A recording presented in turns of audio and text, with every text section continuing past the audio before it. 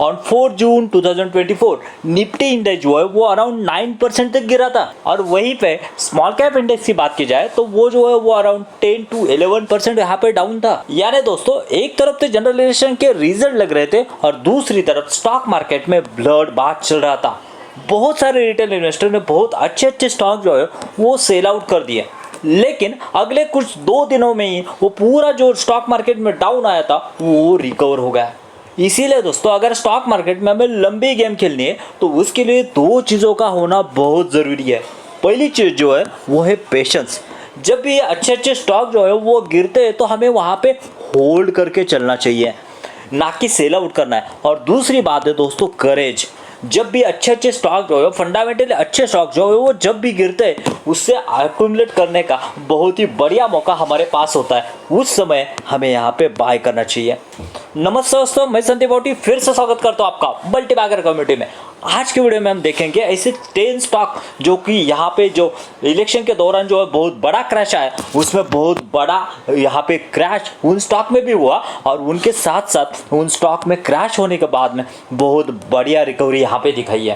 दोस्तों आप सोचेंगे कि ये स्टॉक तो अभी रैली दिखा चुके हैं, अभी ये क्यों हम डिस्कस कर रहे हैं? उसके पीछे के 3 रीज़न है दोस्तों।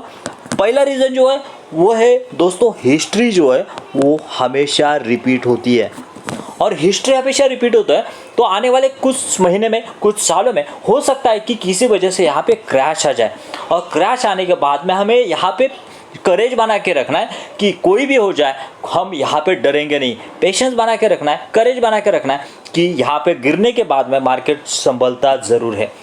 पहली बात दोस्तों। दूसरी बात यहाँ पे देखी जाए तो यहाँ पे ये है कि हम देखेंगे कि ऐसे 10 स्टॉक कि कौन से स्टॉक में यहाँ पे रिकवरी हुई है। यानी फ्यूचर में अगर किसी ऐसी सिचुएशन के वजह से ये स्टॉक अगर गिरते हैं तो पॉसिबिलिटी है कि फिर से ये स्टॉक बाउंस बैक करेंगे, क्योंकि इससे पहले भी उन्होंने बाउंस बैक किया है। तीसरी बात दोस्तों, यहाँ पे अगर देखेंगे तो ये जो है वो हमारे पास एक अपॉर्चुनिटी फंड यहाँ पे होना चाहिए। ये आपको यहाँ पे तय हो जाएगा या फिर कंफर्म होना चाहिए कि आपके पास यहाँ पे अपॉर्चुनिटी फंड होना चाहिए। क्यों? हो सकता है कि आने वाले कुछ महीने में यहाँ पे फिर से एक बार मार्केट बड़ा करेक्शन दिखाए। अगर बड़ा करेक्शन दिखाता है तो आपके पास कई बार यहाँ पे मार्केट तो आता है लेकिन आपके पास फंड नहीं होता है और उसी वजह से हमारा नियर अबाउट 20% अमाउंट जो है वो यहाँ पे रिजर्व में होना चाहिए। ये आपको कंफर्म हो जाएगा इसके वजह से। और जैसे ही यहाँ पे हम बाय एंड डिप्स करते हैं तो बहुत बड़ा प्रॉफिट रैली आने के बाद में हम यहाँ पे कमा सकते हैं। तो चलिए दोस्तों देखते हैं कौन से वो 10 स्टॉक जिससे हमें रैली मिली है और यहाँ पे हम कुछ और इसमें से कुछ स्टॉक जो है मैंने भी यहाँ पे बाय एंड डिप्स किए। तो चलिए देखते हैं कौन से वो स्टॉक। दोस्तों पहला स्टॉक जो है वो है एमए ऑर्गेनिक और यहाँ पे देखेंगे तो अराउंड 15% तक ये स्टॉक जो है वो गिरा था, लेकिन उसके बाद में अगर इसकी रिकवरी देखेंगे तो यहाँ पे देखिए दोस्तों अराउंड 19% की रिकवरी यहाँ पे इस स्टॉक ने दिखाई है। यानी गिरा तो 15% और बढ़ा है 19%। लेकिन दोस्तों हमें डरना क्यों नहीं चाहिए, क्योंकि ये स्टॉक जो है वो सेमीकंडक्टर में यहाँ पे इलेक्ट्रिकल व्हीकल के लिए जो केमिकल लगने वाले, लिथियम आयन बैटरी के लिए केमिकल लगने वाले, वो भी ये बनाने का काम करती है। दोस्तों हमें उसके बिजनेस को हमारे माइंड में रखना है कि उसके गिरने के पीछे का रीज़न क्या है, एक्सटर्नल है या फिर इंटरनल है। अगर एक्सटर्नल है कोई डरने की बात नहीं है, इसका बिजनेस अगर अच्छा है कोई डरने की बात नहीं है। गो अहेड दोस्तों। एमए ऑर्गेनिक के बाद में दूसरा स्टॉक जो है वो बहुत बुरी तरह से गिरा था, वो है विष्णु प्रकाश मंगोलिया। यहाँ पे देख सकते हैं अराउंड 18% तक ये स्टॉक जो है वो क्रैश हो चुका है। यहाँ पे देखेंगे उसके रिकवरी की बात की जाए तो यहाँ से around 18% immediately with in 2 days इस स्टॉक ने रिकवरी दिखाई है। अगर दिखाई है तो उसके पीछे के रीजंस तो कुछ रहेंगे। तो दोस्तों उसके पीछे के रीजंस अगर देखेंगे, यहाँ पे वाटर प्यूरिफिकेशन के बारे में ये स्टॉक जो है वो यहाँ पे मोनोपोली होल्ड करता है और उसी वजह से इतना ही नहीं, अगर हम यहाँ पे देखते हैं कुछ हॉट थीम्स है वो जैसे वाटर रिसाइकल हो गया, उसके साथ साथ रेलवे में जो रिस्ट्रक्चर होने वाला है, कंस्ट्रक्शन करने के लिए लगने वाले, यहाँ पे ये कंपनी भी रेलवे के लिए भी काम करती है। दोस्तों अगर इतने अच्छे बिजनेस है तो हम यहाँ पे डर क्यों रहे? हमें यहाँ पे बॉटम आउट करना चाहिए और यहाँ पे मैंने भी यहाँ पे बॉटम आउट किया। सेम थिंग यहाँ पे एमए ऑर्गेनिक में भी मैंने बहुत बढ़िया यहाँ पे बॉटम फिशिंग किया। दोस्तों तीसरा स्टॉक जो है वो है इलेक्ट्रॉनिक मोबिलिटी सेक्टर से और उसका नाम है वार्ड विजार्ड इनोवेशन। यहाँ पे देख सकते हैं कि अराउंड 10% की गिरावट हमें यहाँ पे 4 जून को यहाँ पे देखने को मिली। और यहाँ पे रिकवरी की बात की जाए तो रिकवरी देखिए किस तरह से रिकवरी हुई है, अराउंड 12% की रिकवरी इस स्टॉक में हुई है। इस स्टॉक की बात की जाए तो दोस्तों इस स्टॉक के फिलहाल ये रिजल्ट आए, रिजल्ट जो है वो फिनोमिनस आए।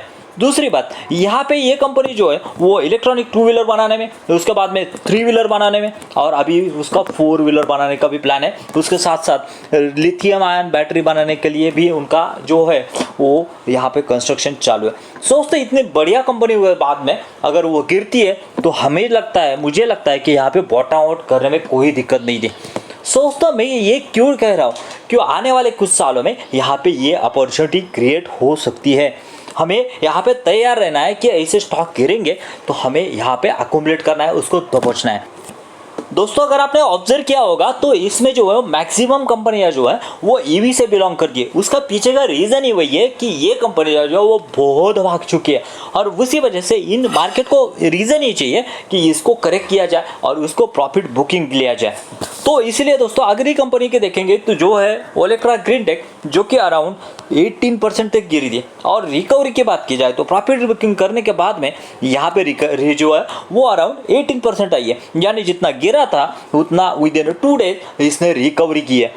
दोस्तों इस कंपनी की बात की जाए तो इसके ऑर्डर बुक बढ़िया है, उसका सेल्स बढ़िया है और हम हर तरफ इस कंपनी का अगर प्रोडक्ट देख रहे हैं तो हमें कन्विक्शन होना चाहिए कि ये कंपनी जो है वो फ्यूचर में बहुत बढ़िया करने वाली है।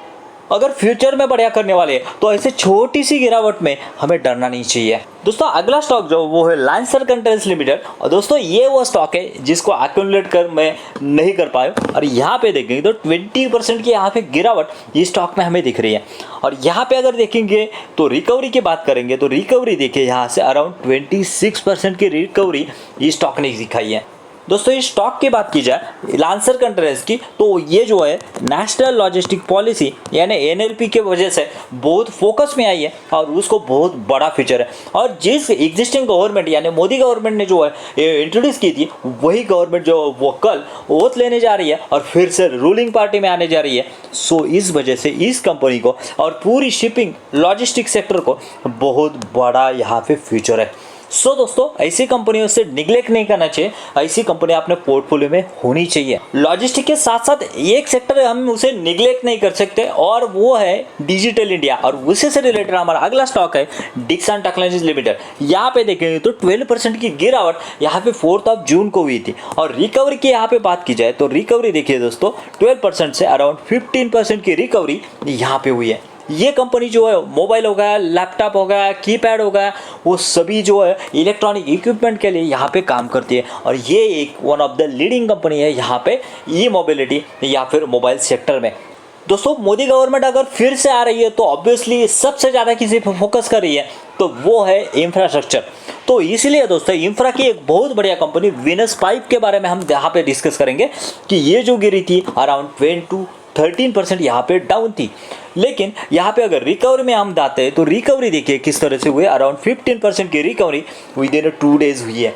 यानी जिस तरह से कंपनी का काम हो रहा है, जिस तरह से कंपनी के प्रॉफिट बढ़ रहे हैं और जिस तरह से गवर्नमेंट ने इंफ्रास्ट्रक्चर के ऊपर फोकस किया हुआ है तो ऑब्वियसली इस कंपनी को बहुत बड़ा फीचर है। तो उसी लिए जब भी जैसे ही कंफर्म हुआ कि यहाँ पे मोदी गवर्नमेंट फिर से बनने जा रही है, इमीडिएटली इन सभी स्टॉक ने यहाँ पे बाउंस बैक दिखा है और फिर से ये कंपनी जो है वो फोकस में आई है और यहाँ पे रिकवर हुई है। इंफ्रा के साथ साथ अगर इंडिया जो है वो $3 ट्रिलियन की इकोनॉमी से 5 ट्रिलियन की तरफ बढ़ रही है और अगले कुछ सालों में होने वाली है तो ये बैंकिंग सेक्टर को हम निगलेक्ट नहीं कर सकते। और उसी से रिलेटेड हमारा अगला स्टॉक है उज्जीवन स्मॉल फाइनेंस बैंक। यहाँ पे देखेंगे तो अराउंड 20% की गिरावट हमें विद इन 1 डे दिख रही है। और आगे यहाँ पे रिकवरी की बात की जाए तो देखिए दोस्तों किस तरह से इस स्टॉक ने यहाँ पे रिकवरी दिखाई है।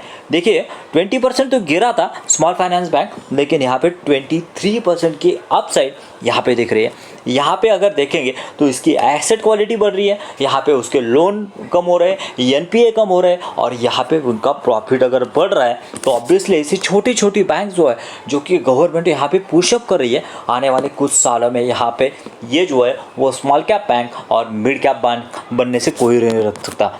सो दोस्तों ऐसे ही बैंकिंग सेक्टर अगर चाहिए आपको छोटे छोटे बैंक, तो इस स्टॉक को यहाँ पे ज़रूर स्टडी किया जा सकता है। दोस्तों जैसे कि मैंने कहा इलेक्ट्रिक व्हीकल की कंपनी है जो वो बहुत बुरी तरह से पीटी है, और उसमें से एक भी कंपनी है फेम इंडस्ट्रीज। यहाँ पे देखेंगे तो अराउंड 8% की गिरावट, लेकिन रिकवरी भी उसकी बहुत तेजी से हुई है इलेक्ट्रिक कंपनी की। यहाँ पे 15% की अपसाइड विद इन 2 डेज यहाँ पे दिख रही है। दोस्तों हमें पता है कि ये जो इलेक्ट्रिक व्हीकल जो है वो आने वाला फ्यूचर है। यहाँ पे अगर कोई चीज़ दिखती है तो वो है यहाँ पे एलईडी लाइट्स। यहाँ पे अगर देखेंगे तो यहाँ पे आप 2 व्हीलर देख लो, यहाँ पे 3 व्हीलर देख लो, यहाँ पे अगर 4 व्हीलर देख लो, कहीं पे भी देखेंगे तो ये जो इलेक्ट्रिक व्हीकल्स है उनको एलईडी लाइट जो है वो कंपलसरी आपको देखेगी, और यही बनाने का काम जो है ये कंपनी कर रही है। और इतना ही नहीं कि सिर्फ विद इन इंडिया सप्लाई कर रही है, इनका एक्सपोर्ट में भी बहुत बढ़िया मार्केट शेयर है। सो दोस्तों इस कंपनी को हम नज़रअंदाज नहीं कर सकते, जो कि फिलहाल ये एक मिड कैप टाइप की कंपनी आने वाले कुछ सालों में ये लार्ज कैप बनने के लिए तैयार है। दोस्तों अगर आपको वीडियो इंफॉर्मेटिव लग रहा है तो ज़रूर चैनल को सब्सक्राइब कीजिए, क्योंकि ऐसे ही अच्छे अच्छे स्मॉल कैप स्टॉक मैं यहाँ पे डिस्कस करता रहता हूँ। सो दोस्तों ये है हमारा आखिरी स्टॉक, जो कि है यहाँ पे पंप सेक्टर से। यहाँ पे उसका नाम है रोटो पंप। यहाँ पे गिरावट की बात की जाए तो अराउंड 15% की गिरावट हमें यहाँ पे दिख रही है, लेकिन यहाँ पे रिकवरी में आते हैं तो विद इन 2 डेज यहाँ पे रिकवरी देखिए, ये 15% के अगेंस्ट में यहाँ पे 19% की रिकवरी यहाँ पे दिख रही है। दोस्तों ये कंपनी बेसिकली है ना क्यों ग्रो करेगी, इसके बारे में मैंने यहाँ पे डिटेल में डिस्कशन किया। इस लेफ्ट वाले वीडियो पे क्लिक कीजिए और मिलते हैं वहीं पे क्यों ये कंपनी फ्यूचर में मल्टीबैग रिटर्न दे सकती है। मिलते हैं वहीं पे। Thank you very much. जय हिंद।